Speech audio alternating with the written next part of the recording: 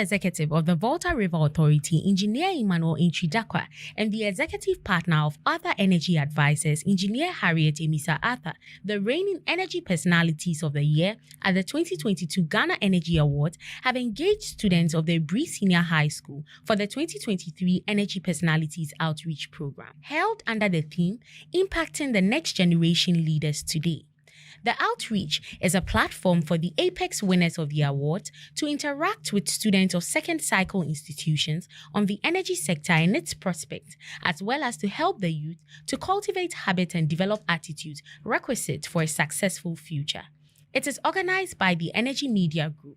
The 2023 Energy Personalities Outreach Program, which took place at the school's premises in Aburi in the Eastern Region, involved over 900 students of the school. The energy sector giants urged the students to own and take responsibility for their lives and be intentional about their actions and choices. Engineer Emisa Arthur, the Energy Personality of the Year for 2022, advised the students to own their lives, manage their resources and relationships well, and define their own idea of success. She subsequently called for more of such programs to extend the reach of youth engagements in the country, which will further spread and increase the impact of national empowerment efforts. Engineer GRIDCo, who is a 3-time winner of the Apex Award, encouraged the students to be ambitious and set goals for themselves and to not be afraid to fail, but rather persevere with all humility to achieve what they set out to do while keeping God at the fore of their lives. Speaking to the media, he underscored the need to bridge the existing gap in female participation, especially in the energy sector. Such avenues, such as the Energy Personalities Outreach Program, he said, creates the needed platform to awaken their consciousness on their unique capabilities for the sector and stimulate in them an interest to aspire to its prospects. Chief Executive Officer of the EMG, Engineer Henry Taino, in a welcome address, noted that the outreach program is designed to contribute to Ghana's STEM education efforts using the approach of mentorship to motivate the youth into developing interest and actively participating in the country's energy sector. The program included a character development session, energy sector prospect sessions, and an interactive session led by lawyer Kwame Jantwa, chairman of the GEA Awards panel, where the students had the opportunity to ask questions. This outreach program is the 5th in the series and is an initiative of the Ghana Energy Awards.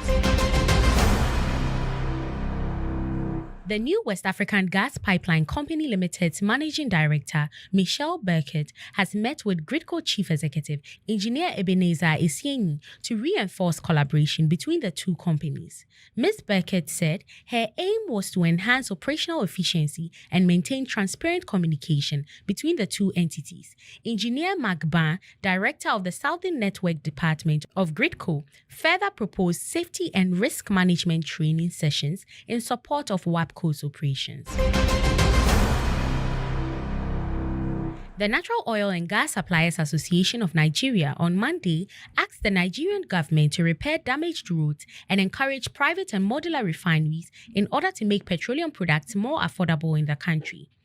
NOGASA President Bernard Corey made the announcement at a press conference in Abuja on Monday. He said, due to terrible roads, fuel trucks spent days on the road hauling cargo, and that floods had wrecked several portions of Nigeria's highways, causing even more delays. All they want, he said, is for the government to help restore these roads so that there would be no more delays in product delivery. While urging immediate action, Mr. Corey also stated that his organization had spent money rebuilding some sections of the East-West Road to aid in the movement of petroleum products in order to improve mobility. He subsequently urged the government to postpone the recently implemented 7.5% value-added tax on automotive gas oil, generally known as diesel, in order to minimize the cost of transporting petroleum products. The offshore oil and gas industry in the United Kingdom in 2022 spent over $2.03 billion on decommissioning, according to a new study on UKCS decommissioning released this week by the North Sea Transition Authority. This is the sector's highest annual total to date.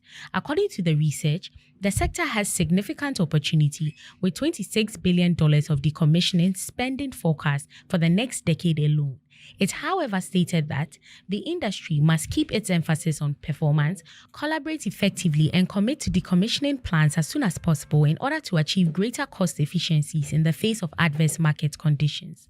It also indicated that the industry spent approximately $10.19 billion on decommissioning projects between 2017 and 2022, with a reduction in the overall cost estimate of UKCS decommissioning of $19.11 billion, or 25% during the same period. The NSTA lowered the overall projection to $47.14 billion in late 2022. The latest NSTA report added that after what had been an extremely challenging and unpredictable year for the UK and other global economies, the current estimate now stands close to $50.96 billion. Visit EnergyGhanaMagazine.com for more on these stories. Energy Brief is proudly brought to you by Airport View Hotel. Energy Ghana TV. Local in focus, global in perspective.